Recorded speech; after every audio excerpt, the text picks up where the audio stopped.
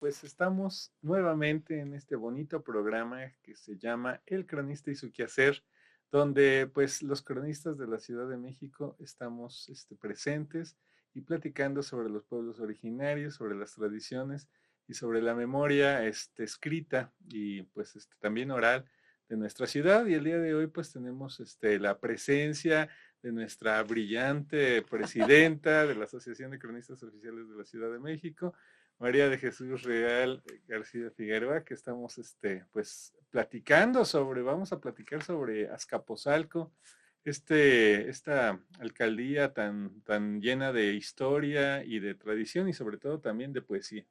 Sí, Paquito, muchas gracias. Pues ya, miren, casi, casi estamos cerrando con broche de oro. Vamos a Ajá. tocar Azcapotzalco. Y bueno, pues nuestra invitada era Martina Rodríguez, cronista de este lugar. Por algunas situaciones médicas no pudo acompañarnos, pero no vamos a dejar de hablar de ella por, eh, para que, para que se contextualicen ella.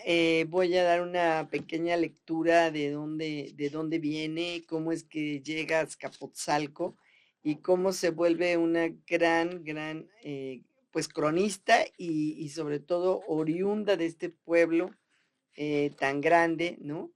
Y ya saben que lo que significa Azcapotzalco, ¿no has dicho? No, no he dicho la etimología. Lugar de Claro. hormigas, y cuenta la leyenda que en la capilla principal la vas viendo a la hormiguita cómo va subiendo. Dicen que el día que llegue hasta arriba es cuando se va a acabar el mundo. Oh. Entonces, pues la hemos visto que ha ido avanzando. Sin embargo, esperemos que no pase mucho, que pase mucho tiempo para esto.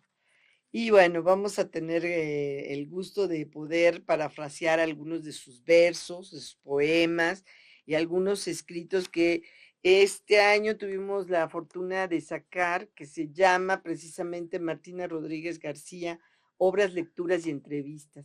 Es de verdad una prolífera porque le Sí. encanta escribir.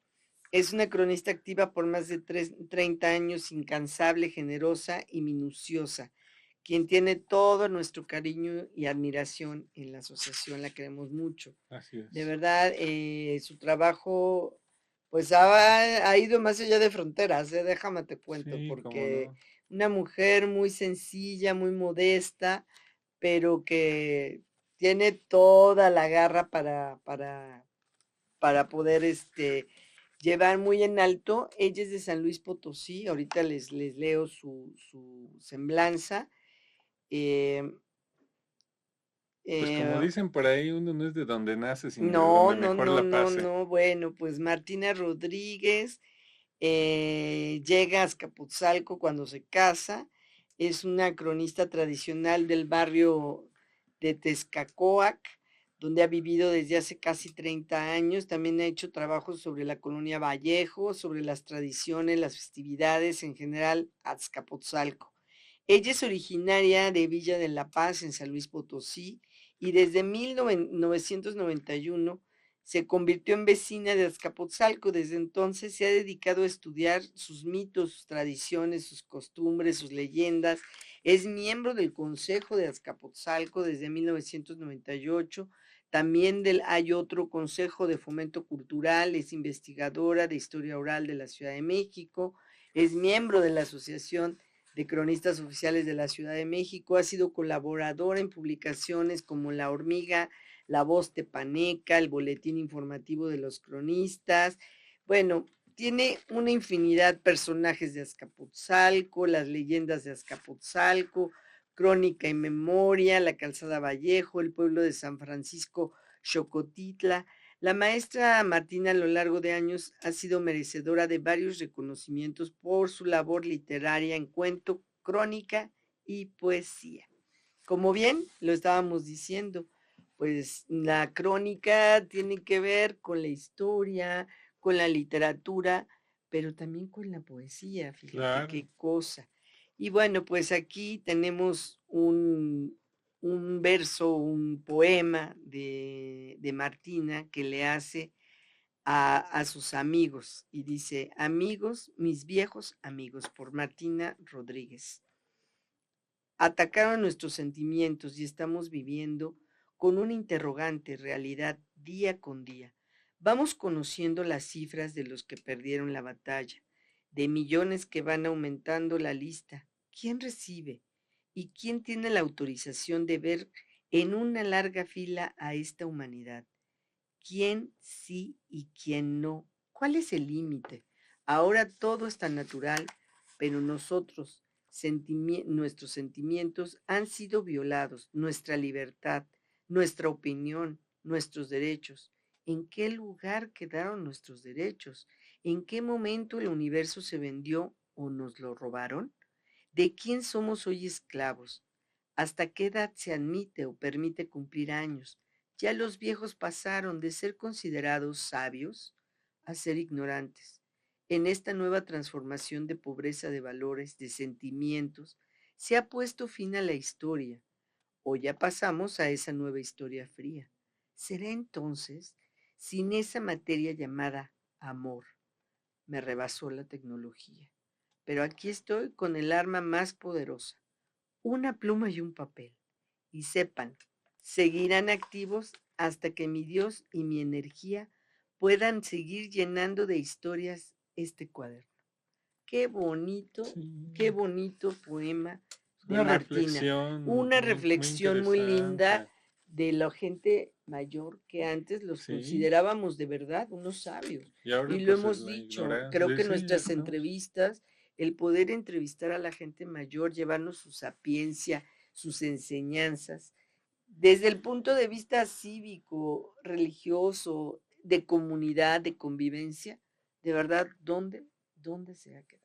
Sí, desafortunadamente, pues yo creo que se ha dejado de visualizar la importancia que tienen las personas mayores, porque ellos son los depositarios del conocimiento, de las tradiciones, de toda la vida que se ha llevado en la ciudad, en sus pueblos y comunidades. Y la verdad es de que pues este poema que pues nos mueve a reflexionar sobre el voltear nuestra atención hacia estas personas mayores que precisamente pues son las que nos pueden enseñar, darnos una filosofía de vida. Claro. Me voy a permitir leer otro que dice mi ciudad, mi villa y mi barrio. Martina Rodríguez García. Nací en Villa de La Paz, San Luis Potosí. La Paz fue declarada en villa en 1921 y se encuentra a 1848 metros sobre el nivel del mar. Ahí se venera a la Virgen, Nuestra Señora de la Paz. El 30 de mayo del 2021 cumplió 100 años la festividad llamada la espiritualidad del pueblo y la Virgen de la Paz. Este lugar de villa se conserva y se trabajó muchos años la mina de Santa María de la Paz, por sus habitantes. En dicha mina trabajó mi papá, el señor José de Jesús Rodríguez Sánchez. Dicha mina se cuenta entre las minas históricas de México. Están comprendidas dentro de un paralelo montañoso de 1.600 millas de longitud por 250 de anchura, que se extiende desde Sonora hasta Oaxaca, hasta el sur de Oaxaca. Mi padre enfermó, lo agotaron las entrañas de la mina y sin más el médico le indicó que debía de cambiar de trabajo. Mi papá decidió el cambio, irnos a la ciudad de San Luis Potosí. Yo contaba con mi primer año de vida y ya habitábamos en la casa de mi tía Marcelina Rodríguez Lerdo de Tejada. ¿Ya viste el apellido? Uh -huh. En la casa citada en la calle General Martínez, muy cerca de la fábrica de goma de mascar Chicles Canels. En cuanto consiguió trabajo, mi papá rentó casa en el barrio de Tequisquiapan, Voz Mexicana. Más extenso, dice, que significa sobre el agua del Tequex, del Tequexquite. Sí. ¡Wow! Fíjate qué emoción. Es el barrio más extenso, uno de los más antiguos y el mejor urbanizado. Luego mi papá, trabajando, reunió dinero para comprar un terreno en el barrio de San Juan de Guadalupe, situado al norte de la capital del, de la ciudad capital, el más apartado de todos los suburbios. Fue establecido en 1676 y se levantaba un tiempo hasta 1701. La iglesia actual se construyó al mismo tiempo cercano al santuario de Guadalupe, terminándose en 1800. San Juan de Guadalupe, mi barrio. lugar que poco a poco mi papá construyó en nuestra casa. Lo hizo con adobes que él mismo preparaba con agua y tierra. Se hacía una especie de fuente y él y nosotros amasábamos el lodo y nos metíamos a hacerlo con los pies. También revolvíamos el zacate y la baba de nopal y luego poníamos el lodo en moldes de madera y lo debíamos dejar secar al sol para usarlos en la construcción. Del mismo modo, otros vecinos construyeron sus casas. Mis padres, Jesús y Catalina, madrugaban para poder formar sus cubetas y botes en el jardín del santuario de Guadalupe, porque la pila era chica, pero tenía llave de agua y ahí surtía a la gente de líquido vital. La escuela llamada Viviano o G. Casamadrid era mi escuela. Ahí fue mi primaria. La iglesia de San Juan Evangelista era la que quedaba más cerca de mi casa. Cuando llegaba Semana Santa, de esa iglesia salían varios señores y repartían el pan casa por casa para bendecirlo el Viernes de Dolores. En el templo cada familia asistía a misa y en casa tenían su altar con muchas naranjas y banderitas de papel china y se repartía agua fresca de limón con chía. La feria potosina con su teatro del pueblo en el mes de agosto llegaba con los juegos mecánicos, puestos de comida, gastronomía de varios lugares y ciudades vecinas de San Luis Potosí. Íbamos al centro de la ciudad a visitar los 7 altares de Semana Santa. Qué belleza, eso ya Sí, qué no lo recuerdos, ¿verdad? podemos ver casi, no. Bueno, No, y es ahora que, la visita de las 7 casas ya es más difícil hacerla, ¿no? no, totalmente. Y fíjate que, por ejemplo, ella recuerda muy bien su infancia y en esta ciudad, de San Luis Potosí y en los pueblos aledaños donde tuvo la oportunidad de vivir. Y nosotros recordemos que la palabra Potosí es una palabra quechua, que de hecho, no, pues acá no existe esa tradición. En realidad, el nombre Potosí es un nombre boliviano porque Potosí fue una zona llena de plata en su momento ahí en Sudamérica y pues parecía para los españoles cuando empezaron a explotar estas minas, pensaban que pues era inacabable.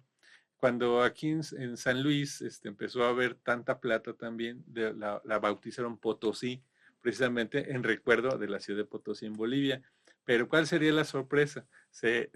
No solo se duplicó la cantidad de plata que había aquí, se hizo 10 veces. Ustedes saben que México sigue siendo el primer productor de plata a nivel mundial. Claro, tenemos Tasco también, Ujú, Zacatecas, ¿no? Que tenemos sí, minas, toda esa zona del sí, norte Guanajuato, todo tiene esto, sí. exactamente parte occidente, ¿no? Y Sí, centro que tenemos y producimos plata y así era es.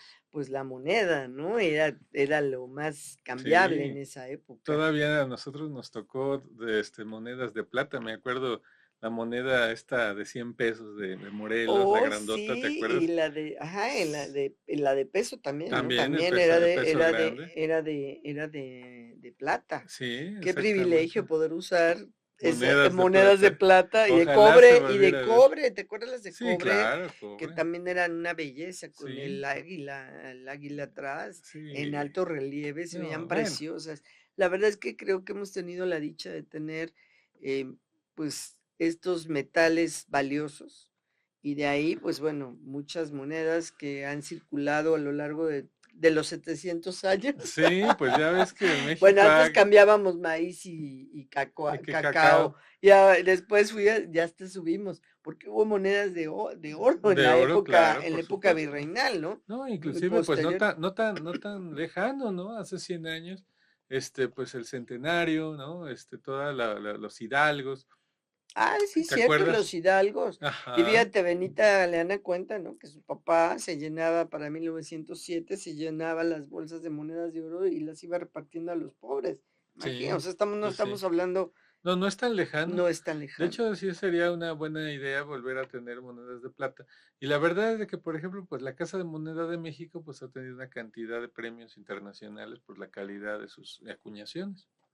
Sí, Claro, pues, y bueno, pero pues bueno, qué pues vamos maravilla. a seguir hablando de Azcapotzalco, un poco de la vida de Martina alrededor y lo que ha hecho, ¿no? Aquí tenemos un poema que le dedica a la Virgen Morena y dice, Morena, morenita mía, mi reina dorada, la de los ojitos negros, la de la tez bronceada, la que diera al indio las rosas más bellas, la que tiene un manto bordado de estrellas, la gentil princesa que escogió mi tierra para darse toda y quedarse con ella, la que diría, la que diera a Hidalgo la fuerza y el valor para hacernos patria, libertad y honor, la madre adorada que a los mexicanos estrecha, amorosa, con sus santas manos, la Virgen invita que el lazo de unión que estos pobres hijos de tu corazón no nos desampares, oh tierna María Guadalupe, eres la patria mía, que seas el consuelo y la protección de los que formamos esta gran nación, y todos unidos digamos ufanos, viva la morena de los mexicanos. Fíjense bien, lo hizo el 12 de diciembre de 1964. O Wow. sea, tiene 61 años ese poema que hizo nuestra querida, nuestra Martina. querida Martina. Sí, Sí, no, no, pues no, no. es que además, o sea, para hacer poesía se requiere de mucha sensibilidad. Y es el caso de Martina, porque además, inclusive, tanto en sus poesías como en sus prosas, ella encuentra las palabras precisas para hacer las descripciones y nos llevan, nos transportan a ese momento en el que nos están, platicando todas estas vivencias. Y bueno, pues como ustedes saben, la Virgen Morena, pues independientemente de qué religión se hable. Yo creo que la Virgen Morena es pues símbolo nacional, inclusive, Nos ¿no? Nos representa, o representa. Yo sea, tan conozco mucha solo. gente que no es católica y sin embargo es guadalupana. Sí, como dice que decían que Monsiváis era comunista guadalupano. Sí, pues sí, es que si eres mexicano, eres Carlos guadalupano. Monsiváis decía eso, ¿no? Eso Que sí. era un comunista guadalupano. Pues bueno, vamos a seguir hablando de este territorio que es Azcapotzalco, que también, pues, tuvo su esplendor tepaneca. ¿Cómo no? Son tepanecas, debemos recordarlo. Y ella nos habla del Callejón del Beso. Muy cerca del centro de Azcapotzalco, Ciudad de México, hay un lugar conocido con el nombre del Callejón del Beso. Es un espacio que ha quedado entre un edificio y unas casas de construcción antigua. Algunas parejas de enamorados aprovechan para pasar por el lugar y darse un beso. Por eso el nombre ha quedado para la historia. Dicen algunas personas que aunque ya es costumbre de muchos enamorados pasar por el callejón, otros no lo toman en cuenta. Pero si se encontraron en este lugar, se les antojaría repetir la historia de besarse y ser muy felices, pues se siente una paz. Es un lugar que tiene algo de misterio, porque alguna vez quisieron construir una barda y tapar el paso, pero no les resultó. No resultó porque era parte del edificio de un lado, ni pertenecía al terreno de la casa del otro lado, así que el del callejón volvió a quedar libre. Bien. Fíjate qué curioso, libre como la calle en que se encuentra entre la calle de Libertad y la avenida de 16 de septiembre, libre para el amor, el callejón del beso. ¿Cómo ven? El día Mm, que anden por ahí, visítenlo, por favor. Ya nos dio entre Libertad y avenida 16 de septiembre, ¿qué el callejón tal? del beso. No, esa Martina se conoce sus pueblos y sus... Sí. No, fíjense bien, otro relato que dice, la alcaldía de Azcapotzalco es un libro abierto para la historia. Visita esta tierra tepaneca y encontrarás dentro de sus páginas de la historia de la Ciudad de México con 35 barrios de origen prehispánico que conforman actualmente la alcaldía de Azcapotzalco. Fíjense nada más todo lo que tiene. Lo que Dice, en la conlleva. explanada de la alcaldía se encuentra la estatua de Tezosomoc, el señor de Azcapotzalco, quien hizo florecer por más de 80 años el reino tepaneca. Era le va a estar bien difícil pronunciarlo, de Acolnahuacatzin y Cuetlaxochitzin. Tras suceder a su padre, extendió sus dominios sobre la zona occidental del Valle de México, gracias a su capacidad como líder militar, al conquistar las ciudades de Chalco y Texcoco. Tezosomoc murió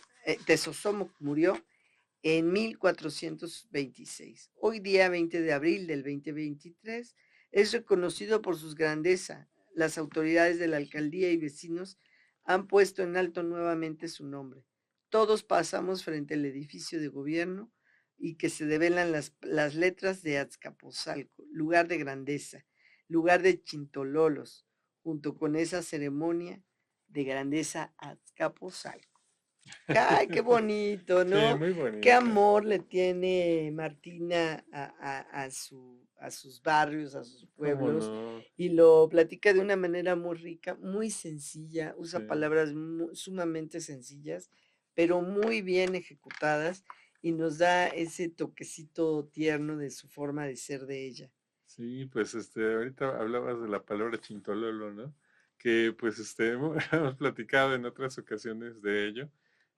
Pues al parecer la etimología quiere decir personas de trasero grande. Ajá, de abultado, de Abultado trasero porque abultado, pues de hecho porque pues es las como las hormiguitas, hormigas. acuérdense que llevan su, Pues su, la última parte, la tercera parte de la su hormiga es más colita exactamente gorda, más ¿ah? gordita, y son los Los chintololos, mejor chintololos. conocidos. Por último, vamos a leer algo que dice, El Niño Perdido, Barrio de los Reyes. Hace algunos años los vecinos que acudían a las misas a la capilla de los Reyes Magos, en el barrio de los Reyes, se dieron cuenta de que el niño Dios que tenían en el altar no se encontraba en su lugar, y fueron a decirle al señor Francisco Estrada lo que sucedía, pues él era el encargado de cuidar la capilla del barrio de los Reyes. Don Francisco les prometió que le preguntaría al padre que oficiaba la misa para saber qué pasó. Y así fue que el señor Francisco se dedicó a buscar al niño. Primero lo buscó en las capillas y en las parroquias. Preguntó a las personas si alguna vez habían pedido para vestirlo el Día de los Reyes. Ujú. Y por varios días siguió buscando hasta que un día fue a la iglesia de Santa Polonia. Ahí lo encontró, revisó cuidadosamente al niño y enseguida le pidió permiso al padre de esa iglesia y tomó al niño entre sus brazos para estar seguro de que era el santo niño de la capilla. Así comprobó que sí era, que realmente era él, ya que él tantas veces lo había arrullado, que con el acto de cargarlo podía palpar si era la imagen perdida. Así que le pidió al padre permiso para llevarlo de nuevo a la capilla. También se enteró de que ese niño lo llevó una persona que lo había prometido como regalo para esa iglesia. O sea, era un regalo que habían ofrendado. Por fin el Sí. sacerdote, después de investigar, otorgó el permiso para que el señor Francisco lo entregara al padre. Las personas como Anita Estrada, Pedro Mariana Luis, Tomás Aguilar Soriano y principalmente Pablo Estrada recuerdan que este es el motivo por el que ya se le pone más atención, o sea, para Ajá, que no se lo claro. lleven. En aquel tiempo se festejaba muy bonito a los Santos Reyes, ¿se acuerdan? Se hacían carreras de caballos, carreras parejeras, con aquellos listones de colores amarrados a una reata, y al pasar los charros sobre el caballo, arrancaban los listones. Así cuando enterraban a los gallos, a los que se les asomaba la cabeza a ras de piso, los charros los desenterraban y el más rápido era el ganador. Qué hermosos recuerdos de la fiesta que nos remonta el tiempo, cuando se hacía el nacimiento, en todo lo ancho del altar de la capilla de los reyes, y la radiante estrella señalaba el lugar en donde esperaba María y José la llegada de Jesús. La fe de las personas que viven en los reyes fue la ayuda para que apareciera el niño, y sus peticiones también ayudaron para que hoy sigan juntas las imágenes en la Sagrada Familia, cumpliéndose un hecho bíblico, el niño perdido y hallado en el templo. Ujú, ¡Ah, qué bonita exactamente. historia! Sí, Pues cómo amigos, no. creo que con eso ya nos estamos casi despidiendo, Sí, pues Paquito. no, bueno, sí, mira, pues que de hecho vamos a, en esta oportunidad, pues nos vamos a, ya, pues es el último de esta serie, pero pues vamos a continuar, este, haciendo programas para ustedes, en una próxima emisión, y pero pues ahorita pues estamos aprovechando pues para que Marichuy pues nos dé sus conclusiones de esta Ay, no, serie. pues fue una serie muy bonita, la verdad, qué gusto de estar en vivo con ustedes, que nos puedan ver, que nos puedan escuchar, que sepan qué investigamos, qué hacemos el cronista, calle a calle, capilla a capilla, todas las anécdotas en los mercados, estamos en todos los lugares de nuestra comunidad que nos dedicamos a investigar. Y lo más importante es difundirlo para que ustedes conozcan de viva voz de los cronistas, pues, qué pasa o qué acontece en tal o cual lugar. Claro. Qué mejor manera de acercarlos a la parte cultural, a nuestros usos y costumbres también, Paco, como fue ahorita que Martina nos describió, y algunos sucesos chuscos que suelen pasar en las comunidades, Sí. ¿no? Y que son anécdotas que vamos recopilando los cronistas, así como poemas. Digo, Martina es una poeta, yo no soy poeta, pero me gusta la literatura, ¿no? Y si te das cuenta, muchos de nuestros cronistas anteriores que nos han antecedido, Guillermo Prieto y todos ellos, usaban la novela Claro. para referirse a situaciones de vida cotidiana alrededor de la propia ciudad. Así es. Bueno, Entonces, pues espero que les hayan gustado mucho estos capítulos, que no dejen de reconocer el quehacer de los cronistas, que diario a diario estamos recorriendo y escribiendo la historia de nuestro acontecer diario. Muchísimas gracias. Sí, nosotros vamos a continuar porque todavía nos falta un bloque más, donde vamos a tener aquí a la maestra María Eugenia Fernández, y también para que nos dé sus comentarios y sus conclusiones. Y pues bueno, de mi parte, pues la verdad es que es el agradecimiento pues por su paciencia, por estarnos viendo y porque también de alguna manera pues lo que nos atrae es el hecho de que ustedes también de manera personal pues también rescaten estas tradiciones, estos usos y costumbres de su comunidad. Que las nuevas generaciones se involucren Claro. en esto, y queremos agradecer, por supuesto, a la Secretaría de Pueblos y Barrios por su apoyo para que se llevara a cabo este primer pues ciclo de conferencias, sí, que creo que nos enriquecen a todos y sobre todo a estas nuevas generaciones. Muchas gracias. Sí, pues bueno, yo continúo con ustedes. En un momento vamos a seguir con este bonito programa. Mientras tanto, pues los invitamos a que escuchen un poquito de música para que disfruten un poquito de este programa. Gracias.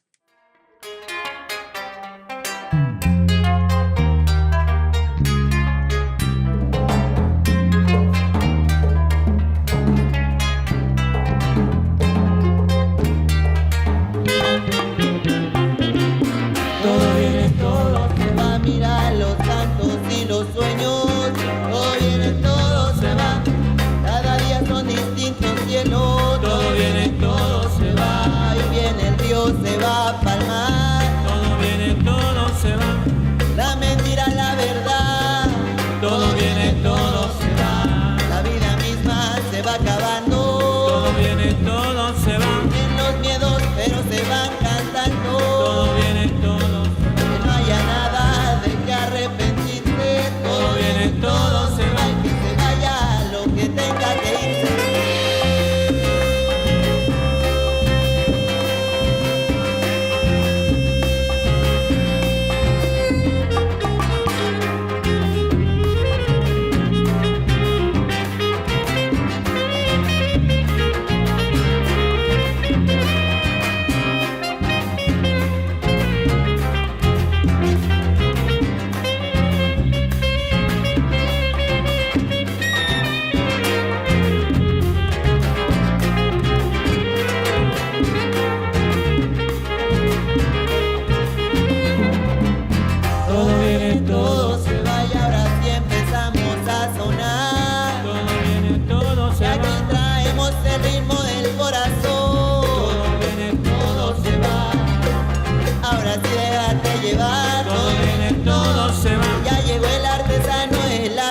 Del todo viene, todo se va. Gózalo mamá, gózalo papá. Todo viene, todo se va. Pero gózalo que se va. Todo viene, todo se va. Que no haya nada de que arrepentirse. Todo viene, todo.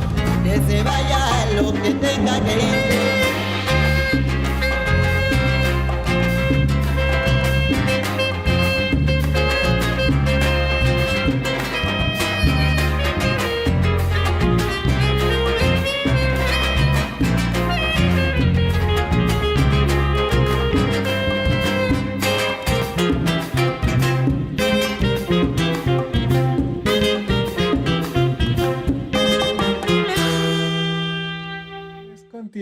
continuamos con este bonito programa que es El Cronista y su quehacer. Y pues aquí tenemos ya la presencia de la cronista de Iztacalco, nuestra amiga María Eugenia Fernández Álvarez, que pues nos va a hablar un poco de sus conclusiones, de los temas que dio durante durante esta temporada tan bonita del cronista y su quehacer. Pues primero de cuentas quiero dar las gracias al CEPI, a la Secretaría de Pueblos y Barrios Originarios, por este espacio donde nos han permitido a los cronistas divulgar nuestra tarea. Ustedes han sido testigos de cómo hemos presentado diferentes personas que son importantes en nuestra tarea de cronistas, porque nuestra tarea de cronistas no nada más se basa en fuentes escritas, sino también tratamos de tener siempre un contacto muy cercano con las personas de la comunidad, de los pueblos y de los barrios. Y esto es importante porque nos nutren, nos complementan después la información que nosotros podemos obtener a través de textos de alguna bibliografía en un tema determinado. Yo les quiero recordar que lo primero que a veces cuando hablamos de crónica, pues recordamos a los cronistas, pero no hispanos, a las cartas de relación de Hernán Cortés o a la historia verdadera de la Nueva España de Bernal Díaz del Castillo. Y en dichas crónicas se participa por también la historia y la narrativa. Por ello tiene un carácter social la crónica. En ellas se describen y se van a resaltar acontecimientos sobresalientes de las comunidades inherentes al hombre dentro de una sociedad.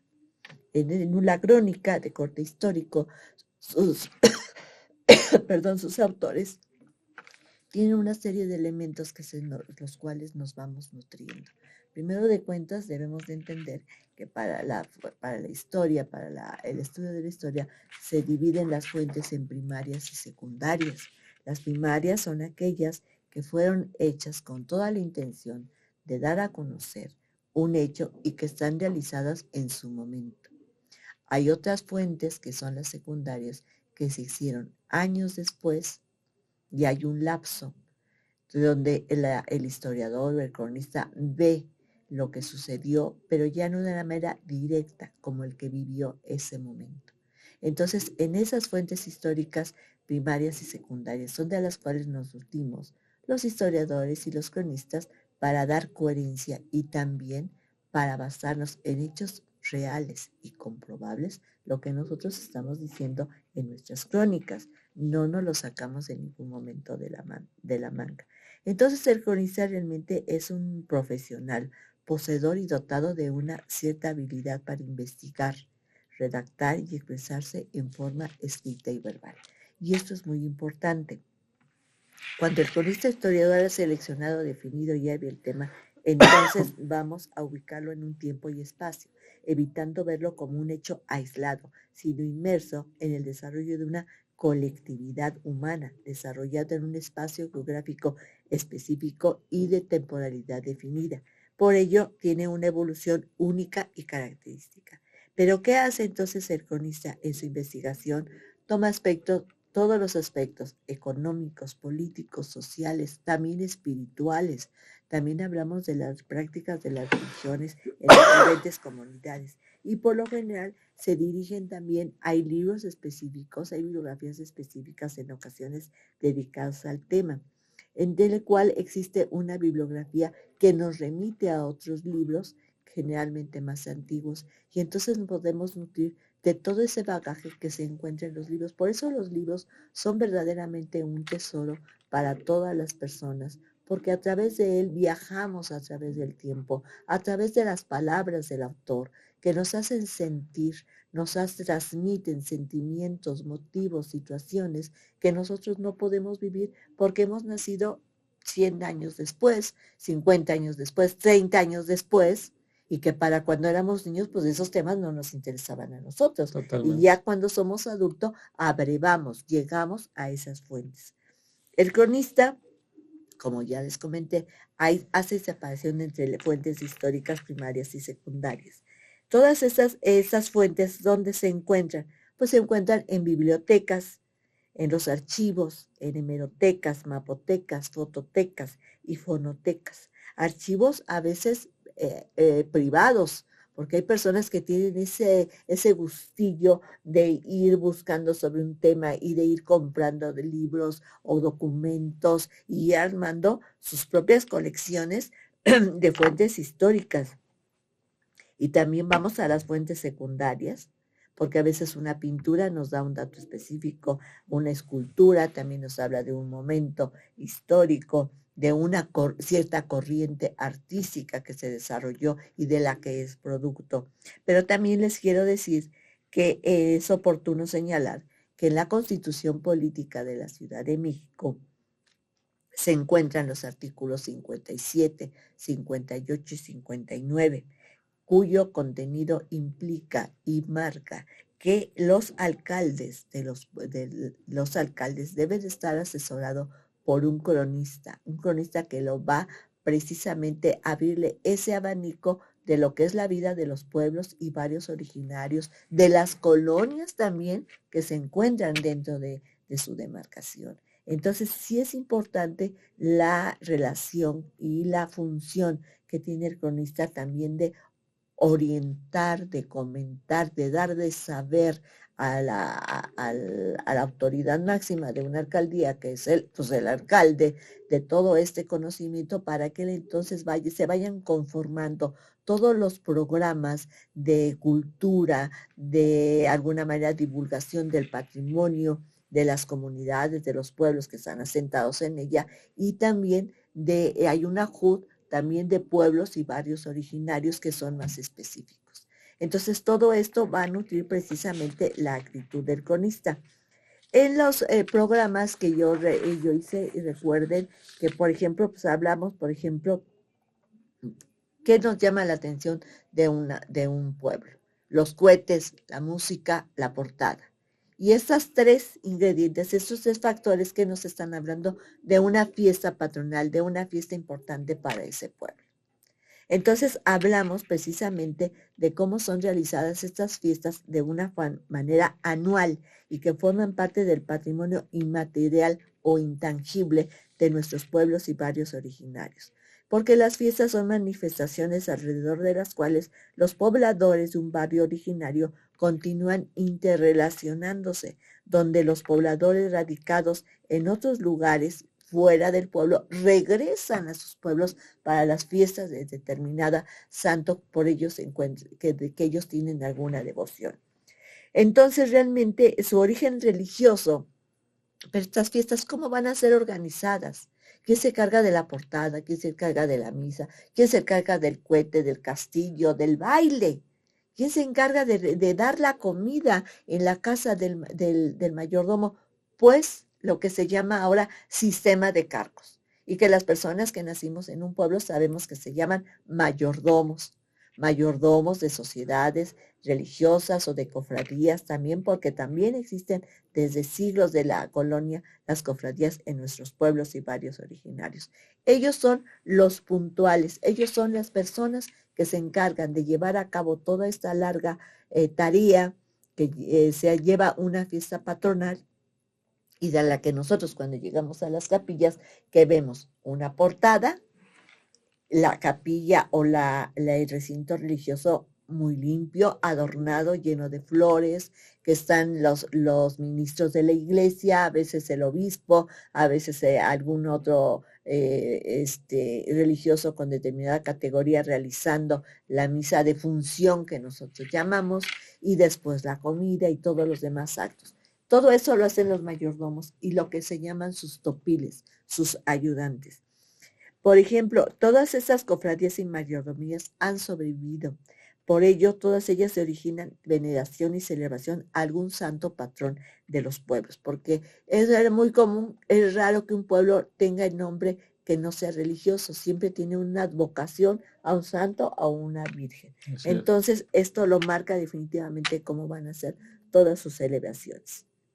Las mayordomías son instituciones instituidas por los evangelizadores, quienes llegaron a nuestro país sin conocer el náhuatl, sin conocer nuestras lenguas maternas, y entonces tuvieron que aprenderlas, para comunicarse, recabar datos y ver de qué manera iban a realizar la evangelización, cómo iban a hacer la sincretía entre en una religión mesoamericana y una religión católica. Ujú. Y entonces esto ha sido importante para lo que ahora se llaman sistemas de cargos, que son las mayordomías, las encargadas de realizar todas estas manifestaciones culturales de nuestros pueblos y varios originarios, que se vieron trastornados completamente todas estas manifestaciones, tú debes de recordar, Paco, por el Ujú. COVID-19, Claro. donde estaba restringido precisamente la convivencia de los pobladores, esas grandes concentraciones. Entonces, pues si no había partidos de fútbol, pues menos iba a haber bailes, Claro. menos iba a haber peregrinaciones. Y entonces a esto se tuvieron que enfrentar las mayordomías y haciendo uso de la tecnología, se grababan Ajá. en las iglesias el cambio de mayordomo, donde nada Ah, más estaba el padre, quien iba a entregar la mayordomía, quien lo iba a recibir, 3, 4 personas más, se pasaba por Facebook, ujú. se tomaba el video y así se realizaba. Ya no había esa explosión de vecinos y de todos los integrantes de esa mayordomía con sus escapularios, con sus Claro. velas, sino que de una manera muy suscita, Sí. nada más estaban las personas encargadas. El padre, que estaba siendo testigo de esta situación, quien estaba entregando el estandarte, el escapulario al nuevo mayordomo, y eso era todo. Las misas también dedicadas mensualmente a determinadas advocaciones que se hacen también se transmitían, y pues nada más estaban los mayordomos en turno, el sacerdote, y dejen de contar. No había más. Peregrinaciones tampoco. No, En imposible. la Basílica de Guadalupe, a puerta cerrada, estaban las imágenes de la iglesia, las 3 parejas de mayordomos, y se acabó. Nada de que nos vamos al parque de mestizaje a comer, a departir, nada, todo eso se terminó. Pero la tecnología ayudó, coadyuvó a que estas ceremonias importantes dentro de una mayordomía se pudieran realizar Claro. a puerta cerrada, pero se realizaron también, y de alguna manera se salvó ese escollo. Claro. Ya después, ahora ya podemos otra vez reunirnos en un recinto especial para ver y observar, ser testigos de estas situaciones. Y entonces también, acuerden que nosotros, y aquí estuvo Leticia, Leticia del pueblo de Iztacalco, del barrio de la Santa Cruz, López García, porque precisamente ella, su mamá y su hermana Maribel fueron, además de ser las primeras mayordomía formada únicamente por mujeres, por madre e hijas, pues les tocó la pandemia, y entonces ellas también tuvieron que modificar todo a la hora de hacer el mole, los tamales y todo. Pues nada más se reunieron las personas únicamente en un patio amplio para realizar la cocción de todos estos guisos, y después también la entrega también de todo eso también se hizo de una forma muy, muy reservada, por grupos nada más, para que no hubiera una gran aglomeración. Y después también hablamos de algo muy interesante, un verdadero lugar maravilloso para los historiadores y cronistas, no me dejarás mentir, Paco, que son los archivos. Ajá, claro.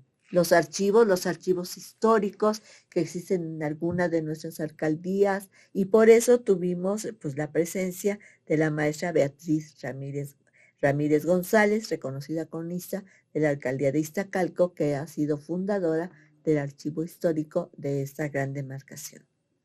Los documentos que tienen los archivos de la alcaldía son importantes. ¿Por qué? Porque al consultarnos nos permiten a los cronistas e historiadores basarnos en ellos para nuestras investigaciones, donde requerimos que sea un dato verdadero, puntual, verídico, para poder estudiar y difundir el devenir histórico de los pueblos y barrios originarios, además del patrimonio cultural que ha sido fortalecido por la identidad cultural de nuestros pueblos. Pero también después volvimos al tema de las mayordomías. ¿Por qué?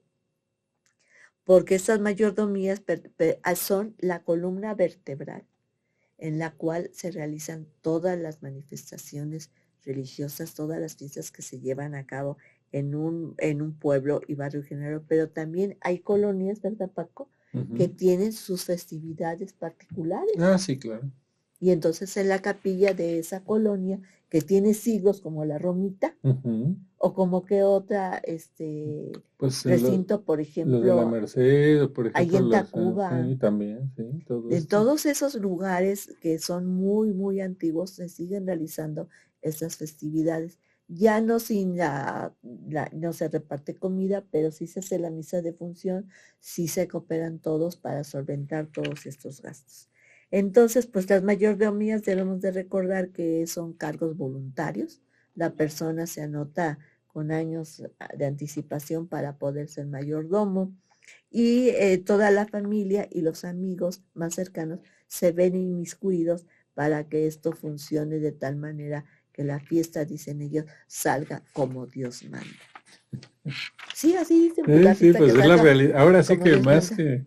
más que nunca, ¿verdad? Como Sí, Dios como manda. Dios manda que esté alguna autoridad religiosa realizando los bautizos, las confirmaciones, las primeras comuniones de los niños, porque regularmente en esas misas es donde se hacen todos estos actos. Y Sí, después también la comida. claro. La comida, que todo se vaya a comprar a los lugares precisos, que todo tenga muy buen sazón, muy buen sabor, Claro. para entregarlo a todo el que llegue a solicitarlo, a formarse en la fila o se presente en la casa del mayordomo.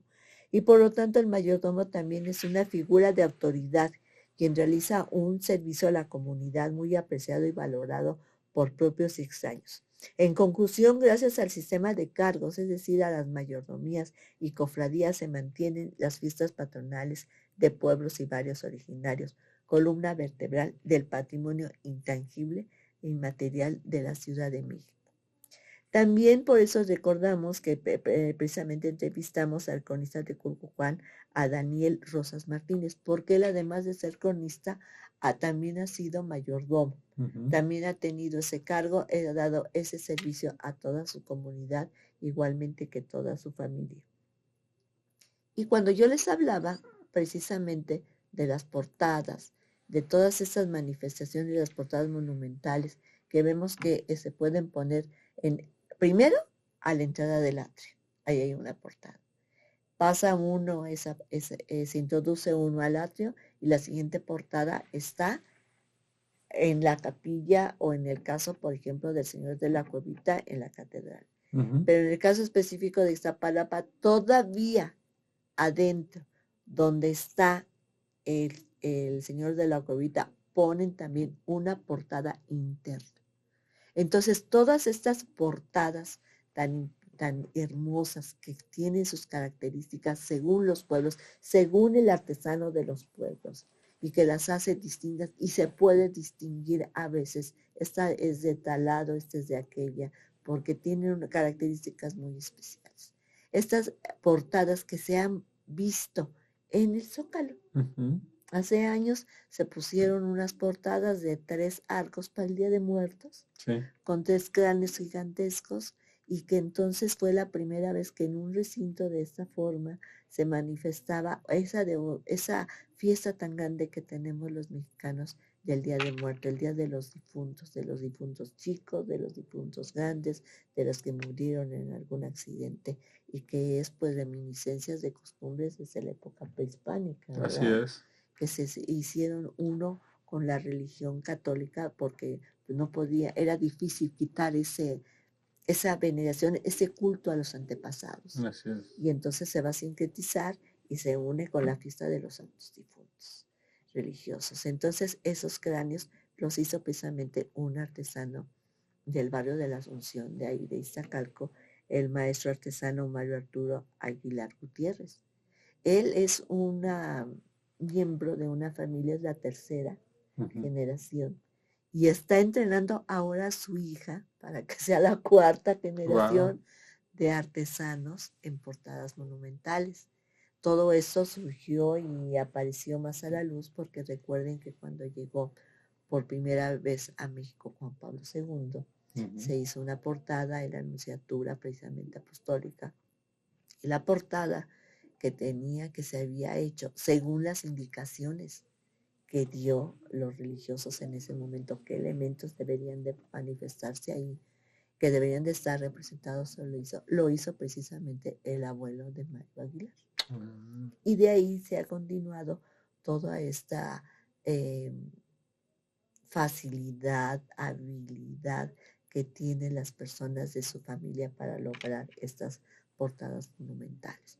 Esas portadas monumentales que, bueno, pues ustedes saben que en el pueblo de Iztacalco se celebra el martes de Pascua. En la Ciudad de México nada más se celebra en recintos religiosos el martes de Pascua en Iztacalco y en San Ángel el jueves de Pascua. Los dos, cada quien con sus características de su comunidad. Entonces en las de Iztacalco, en el atrio se ponen posas alrededor de, ese es el único día, si ustedes pueden admirar más de 8 posas y esposas de todas estas sociedades y mayordomías que se realizan. Y esto también nos recuerda porque en las crónicas de la marquesa Calderón de la Barca y de la dama de compañía de Carlota, la esposa de Maximiliano, van a hablar acerca de cómo al llegar a México les llama la atención que hay flores, donde quiera hay flores, que es muy común que a las casas pasen las personas gritando que hay flores y que todas las casas tienen esas flores y que en las iglesias también hay una profusión muy grande de ellas. Y cuando se hablan precisamente de que cuando se embarcan aquí en la garita de la Viga, sobre el canal de la Viga, para los pueblos chinamperos del sur, pues cuando llegan a Iztacalco, cuando llegan a Santa Anita, dicen que, bueno, la profusión de flores es muy grande, que las indígenas van en pequeñas canoas rodeadas de las flores que van a vender y que es un espectáculo maravilloso. Pues este maestro artesano Manuel Arturo Aguilar nos habló precisamente de cómo a través de él se está extendiendo esta artesanía tan característica y que pues en América Latina no tiene realmente otro parangón. No. Recuerdo que en algún país, no sé si es Colombia, Perú, hay un desfile donde las mujeres llevan a sus espaldas unos tableros, unas tablas, donde llevan flores. Y es una cosa también maravillosa, porque ver a estas, no sé, más de 50 mujeres que han hecho un arreglo especial para este tipo de celebración. Porque para los latinos afortunadamente tenemos un clima que permite que todo el año tengamos flores. Claro. Como no hay nieve, tenemos todo el año flores y flores de temporada. También. Que ya ahora con los invernaderos encantamos todas las flores habidas y por todo el año. Todo el año, ya no hay de que pues ya no es temporada, no. Como hay invernadores, pues ya tenemos invernaderos, ya tenemos esa posibilidad de que la flor nos alegre la vista y con sus aromas nos alimente el corazón. Pues estas portadas monumentales, que es un patrimonio inmaterial de México, pues entonces están precisamente sacadas de las chinampas, de esas flores sacadas y sembradas en las chinampas. Y esto nos hace recordar precisamente que hace años, hace siglos, la marquesa Calderón de la Barca y Paula Colonitz nos habla de estas flores que existen. Y que, por ejemplo, dice la marquesa Calderón de la Barca, la Viga, el canal de la Viga, ahora calzada de la Viga, es uno de los paseos más bellos que puedan ustedes imaginarse, con sus hermosos árboles sombríos y el canal sobre cuya superficie se desliza constantemente las perezosas canoas. Sería difícil que en una bella tarde, a la hora precisa que precede al ocaso, encontrar en aquella parte una escena más bella y hermosa. Vamos a las 6 de la mañana para ver cómo traen el canal los indios sus legumbres y flores. La profusión de geranios de olor, de amapolas, dobles, azulejos, alelíes y rosas no la he visto igual en ninguna otra parte del mundo. Se diría que cada india en su canoa va sentada en un jardín de flores. Y esto es una manifestación de cómo se ha podido cultivar esas flores y darle un uso, vamos a poner en estas portadas monumentales, pero que además se pueden realizar, además de flores, con flores artificiales, con chiles secos, con semillas, con verduras, con frutas, con juguetes, con cerámicos, con dulces envueltos también. Todo esto, esta obra de Mario Arturo Aguilar realmente es un orgullo nacional porque se ha presentado en Corea, se ha presentado en Europa, se ha presentado en la Casa de México en Madrid. Entonces debemos estar muy orgullosos de que nuestros pueblos y varios originarios puedan tener un lugar donde se manifieste este patrimonio inmaterial. Claro. En nuestro país, México. No, pues qué maravilla, Maru. No, pues pues mira, no me queda más que pues despedirnos de esta hermosa experiencia, esta primera edición de El Cronista y su Quehacer. Pues esperamos estar muy pronto con todos ustedes nuevamente para seguir platicando de esto que son las crónicas de cada una de las demarcaciones de nuestra ciudad, de nuestros pueblos originarios, de nuestras comunidades y de pues todavía las comunidades indígenas que existen y que van llegando a nuestra Ciudad de México con sus diversas tradiciones, con sus diversas lenguas y pues tantas enseñanzas que nos están trayendo de manera constante. Y que además son bien acogidas. Todas las comunidades indígenas que llegan a las diferentes alcaldías son muy bien acogidas. ¿Por qué? Porque vienen de pueblos y aquí también hay pueblos y hay hermandad entre ellos. Sí, nos aportan mucho siempre, sobre todo, bueno, mi favorito es la gastronomía, pero ¿A quién no? ¿A quién no? ¿verdad? Pero todo, o sea, realmente toda la riqueza que tenemos de parte, pues, de nuestras comunidades que están en la Ciudad de México, pues la verdad es de que pues son interesantes de que sean conocidas por todos nosotros. Aunque vivamos aquí en la ciudad, a veces pasamos por alto que existe mucho de esto, mucha riqueza, muchos pueblos originarios. A veces hasta la gente que vive en las propias alcaldías, pues desconoce que en su alcaldía hay pueblos originarios y pues hay que seguirles dando voz a estas a través de textos escritos y pues también la tradición oral. En estos programas, precisamente, una de las razones que nos invitaron y estuvimos muy contentos en estos programas es poder difundirles a ustedes lo que son nuestros pueblos, varios originarios y comunidades indígenas residentes. Pues muchísimas gracias, pues un abrazo a todos y pues nos vemos muy pronto. Muchas gracias. Hasta luego.